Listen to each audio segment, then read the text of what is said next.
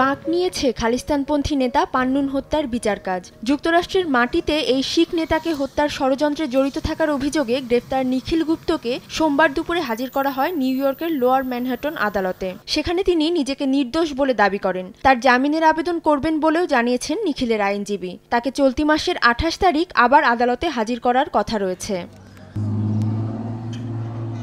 এর আগে গেল শুক্রবার হত্যা ষড়যন্ত্রে অভিযুক্ত নিখিলকে চেক প্রজাতন্ত্র থেকে যুক্তরাষ্ট্রের কাছে হস্তান্তর করা হয়। গেল বছর জুনে ভারত থেকে চেক প্রজাতন্ত্রে যাওয়ার পর মার্কিন সরকারের অনুরোধে চেক কর্তৃপক্ষ গ্রেপ্তার করে নিখিলকে। যুক্তরাষ্ট্রের ফেডারেল কৌঁসুলিদের অভিযোগ, $1,00,000 বিনিময়ে নিখিল গুপ্ত পান্নুনকে হত্যার জন্য খুনি ভাড়া করে।